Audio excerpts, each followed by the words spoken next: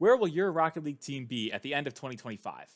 Today I'm going to do a different style video. This is inspired by a YouTuber named The Irish Guy. He does this content for the English Football League and predicts where each football club will be at the end of 5 years. Rocket League moves a little bit faster than football, so we're just going to go until the end of 25. But today I'm going to run through 24 different teams and where I think they're going to be by the end of 2025. First team we're going with, NRG. Got to start off with a banger.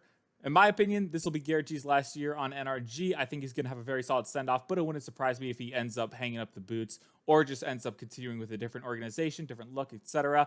But I think the main reason this is going to be Garrett G's last year on NRG is because I think they want to get a younger roster and start competing for titles again.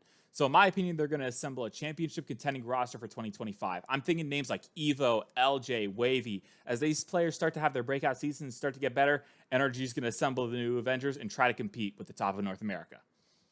Second, G2. We already have the Avengers on G2. I think they're still going to be the same team at the end of 2025. You're going to be rocking with Beast Mode, Daniel, Atomic, probably Sathu still. That's the one piece I could really see them changing the most, but I honestly don't think they will. I think they will win a major by the end of 2025.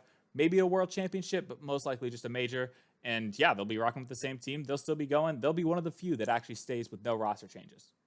Gen G Mobile One Racing will become the first team that has First Killer that doesn't build solely around him. We've seen with FaZe, we've seen with Rogue, that once First Killer comes to the team, he tends to be the general manager and start moving players around. I don't think Gen G's going to let him do that, and I also think he's matured to a point where he doesn't see that's necessary. I think he'll continue to get closer to winning a trophy, but he won't be able to get it done with Gen G in the span of 2 years. He's going to be tragically close. He already was with FaZe once. I think they're just going to be on the outskirts. There's a lot of talent going around, and there's going to be a lot of talks about First Killer specifically being like the best player to ever never win a trophy. I phrased that so badly. We're rolling with it. Space Station Gaming. This is going to be harsh, isn't it? I think Space Station's going to be consistently contending for lands, but they're not going to be able to win any more trophies. I think that time passed them up during the online era. They were at their best, and unfortunately, there's just too many good organizations with a little bit more money that'll be trying to build championship rosters that'll just come ahead of them. For instance, if Space Station can't start building around LJ and getting him a championship level roster, I fear he's going to get poached by an NRG. A G2. Yeah, I'll get to that team later. Luminosity. I think Reynolds will actually stick around through 2025. That might be a popular opinion, to be honest, but I know Reynolds has voiced in interviews before that he felt like 2024 might be his last season. I hope it's not. I don't think it will be. I think he'll stick around for one more year on Luminosity should they give him the opportunity. I think Luminosity will continue to be a talent-building roster. If they keep building around Reynolds, they already have Cheese and Magic Bear, who Reynolds has really brought into the top of the scene on his own. I think if they end up losing some of those players, they'll just replace them with the next up and keep going. So wouldn't surprise me to see Luminosity Reynolds for a few more years. I think they'll be similar to Space Station in terms of contending for making lands, but not quite at the level of winning them. Moist Esports. Why is this team in the North American section? Right, because they picked up Pirates on a boat like today, the day I'm recording this, maybe like an hour or two ago. I think this split, they're going to be occasionally making top 8s, like just in and out, similar to how Pirates on a boat were last split, to be honest. And I think the roster, like Moist itself, will continue to switch out some talent and attempt to grow, but I'm not sure they're going to be much further ahead than they are come the end of 2025 that they are now. CloudN. Am I seriously talking about CloudN in Rocket League? It's not bait. I can't believe it. They're back in Rocket League. They just picked up the Omelet roster of Percy, Zanil, and Lionblaze. I think they'll be in the running for that Energy Super team that I mentioned before. During the offseason, they'll be trying to build the same thing.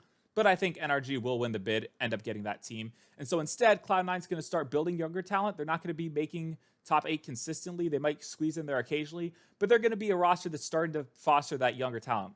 For instance, Scribbles, Frosty, Reveal, Repeat. All those players really come to mind that are on the come up in North America, and I think they'll go through a CloudN system that starts developing them in hopes that eventually, like come 2026 or 2027, they're contending for championships. Actually, CloudN, the way I just described them, kind of reminds me of Team Liquid before they actually got good. So I could really see that happening. Last North American org I have on here is M80. Sorry, TSM. You guys just missed the cut.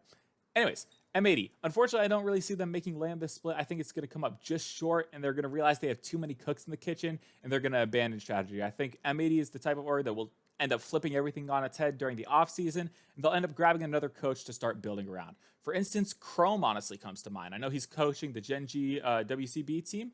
I think he'll get this RLCS position back. It wouldn't surprise me to see Nick coaching somewhere else in the scene after this. But M80, in an attempt to switch it up, will switch coaches, get a whole new team, and run a new kind of roster come 2025. Unfortunately, I don't think it's going to work unless we get more land spots. Heading on down south to South America, of course, the first team that we're talking about is Furia. I think the only change that this team will make in the next 2 years is replacing somebody with Diaz. I can't say who that somebody is. I think it depends on the team performance, but the only player I could see them picking up for Brazil has to be Diaz. It seems like Diaz may have skipped the Astromic scouting grounds that South America normally is because he just joined Complexity recently. So it wouldn't surprise me to see him go to Furia, but it's way too early to tell who he'll end up replacing. He does seem to be the next up for Furia. And yeah, unfortunately, I think they'll fall short at majors. They won't win anything internationally. Wouldn't surprise me to see him in a finals or a couple top fours here and there, though. Complexity. This team is in a really interesting spot. I think the Diaz pickup really won't move the needle. It might make them go back and forth with Furia a little bit more, but I think they're going to be power ranked 9th at the end of the season as well. It's just they're going to be a better 9th than they were before. I think in 2025, they're going to go to North America again, like they planned on doing this season, but they had some visa issues with Dorito.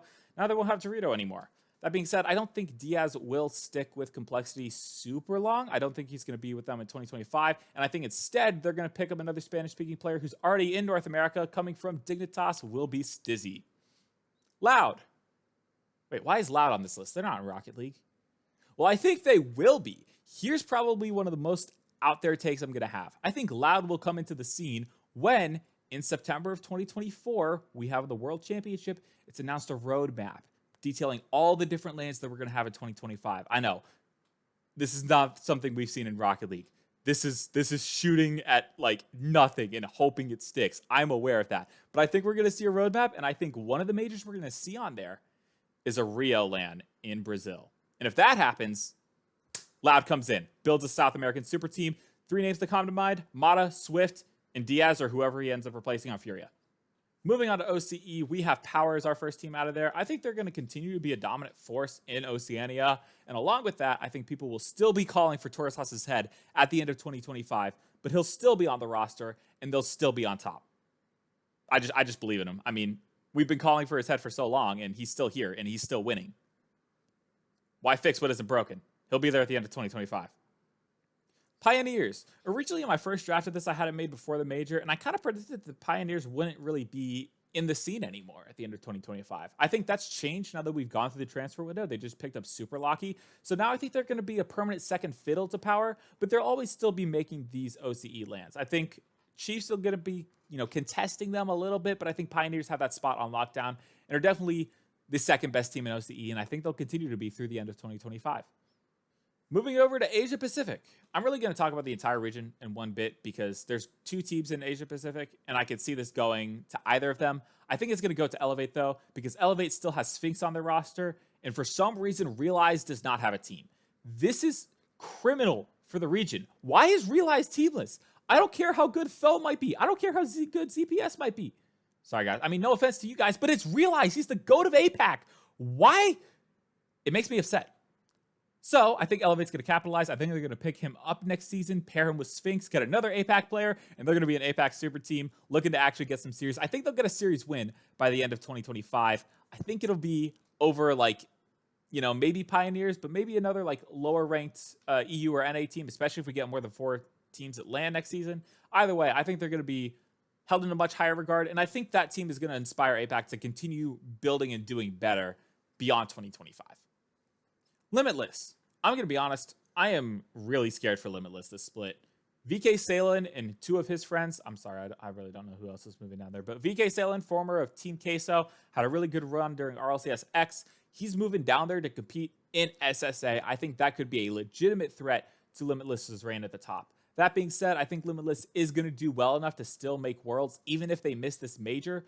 But by the end of 2025, no matter who's moving down there, I think Limitless will still run the region. I got faith in them to continue representing SSA. They'll continually get the best talent from that region, do the best they can. No one's going to stop them from outside. Maybe the rules change to even prevent that. We'll see. Limitless still runs the region by the end of 2025, though.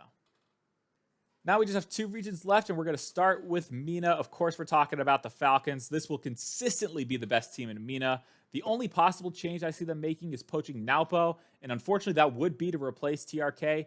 I don't see that happening with the current trajectory, especially by the end of 2025. I think that's a little bit too soon. But Falcons will consistently try to be the best team in Mina. They're sticking with the Twins. They're looking to contend for titles. They were actually much closer than their quarterfinals exit really leads everyone to believe at this most recent major. I think they'll make a land finals. I don't think they're going to end up winning one just yet, but they'll still be the best of Mina. Let's be real.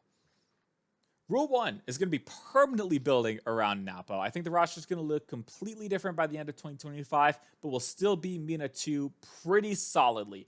I don't think they're going to end up doing anything internationally until late 2025, to be honest. I think you need a little bit more talent to be on the come up in Mina, and you got to give that roster some time to build. Unfortunately, Ahmed and Khaled are reaching the twilights of their career. They've had a fantastic run while they were at it, but I mean, Ahmed's already been replaced by Venom. Would not be surprising to see Khaled go next. But I think Rule 1 will consistently be the second best team in Mina, just behind Falcons. Looking to compete internationally, not quite getting it done, but still one of the best 2 teams out of Mina. Moving over into the best region. Yeah, it hurts to say that. It hurts to say that. Luna Galaxy. Luna Galaxy doesn't have a team right now. Well, they have a Chronic. Maybe. It's rumored that they're going to be picking up Magnifico. I think this team will be a very solid backing. They'll stick around through the end of 2025, especially if they're able to hang on to the likes of Tox, Atomic, and or a Chronic. They'll stay around the 5th, 8th range for Europe. I don't think they're going to be able to break into that French top 4. I think that French top 4 is very solid. But they'll be around 5th, 8th, be a staple on Saturday, be contending, especially if we get more land spots heading into next season, which I think is a slight possibility. They'll definitely be contending for those. But yeah, that's really it. Luna Galaxy, hopefully they pick up Magnifico. I hope that actually goes through. Quadrant is also not in Europe. Please come back. Look at how many good European teams there are that don't have orgs. Come back. You had a team that nobody thought was going to make a LAN with Ixo, Cash, and Relating Wave, and they did, and they were the qualifier for a second LAN. Lando was amazing. He had that great skit. What? Come back. I mean, jobless, like the old Moist roster. You have Suh. You have Fast Forward. Simus literally plays in an F1 car. Oxygen. This team is very exciting because they just picked up Joyo in place of Ixo. They now have Joyo and Oski. It's definitely a best of the non-French teams in Europe. Unfortunately, I think the French is just that good. I think all 4 of them are going to make LAN. I think Oxygen is just going to barely miss out. And next season, we'll still see Oxygen around the European scene, especially since there's not going to be any super good orgs still there. And I think they'll build around either Joyo, Oski, or most likely both of them. Gentlemates. Originally, I made this before the major, like I said earlier. My original opinion was that they were going to miss Major 2 and be doubtful to return to the scene in 2025. I don't think that anymore. I think at most we see one change from this roster between now and the end of 2025. I don't think it'll be immediately. If anything, it'll be during that offseason. I think they make Major 2. They make Worlds. They're still a very solid contender. They'll make at least one more top 4, maybe even another final.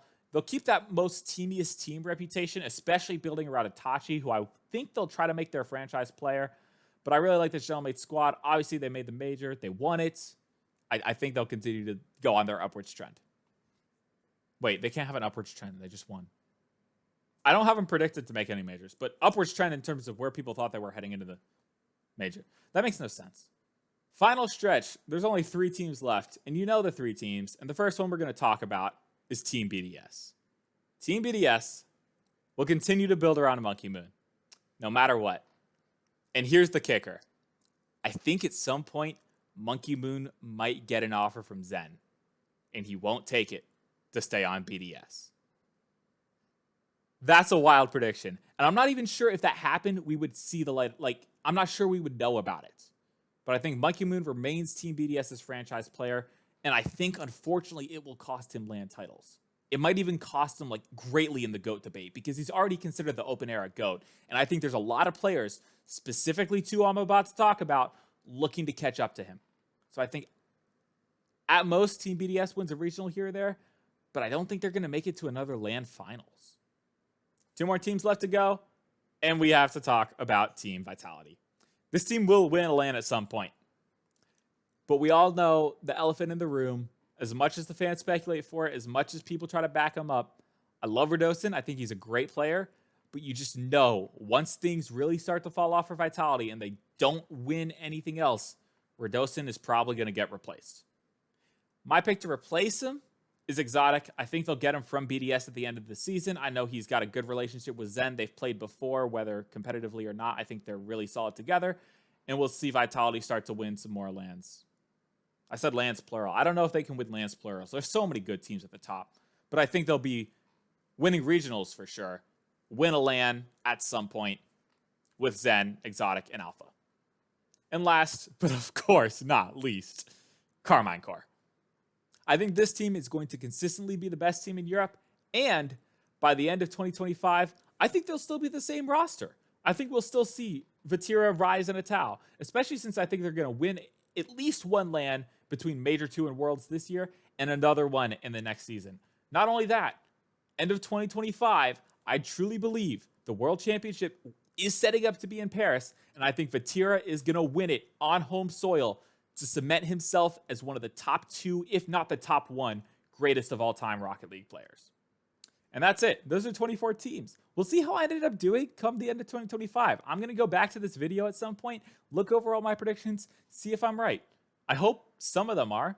I hope some of the shots in the dark are. I don't think many of them are going to be right, though. I think this scene moves way too fast, and I predicted it to move a little bit slowly.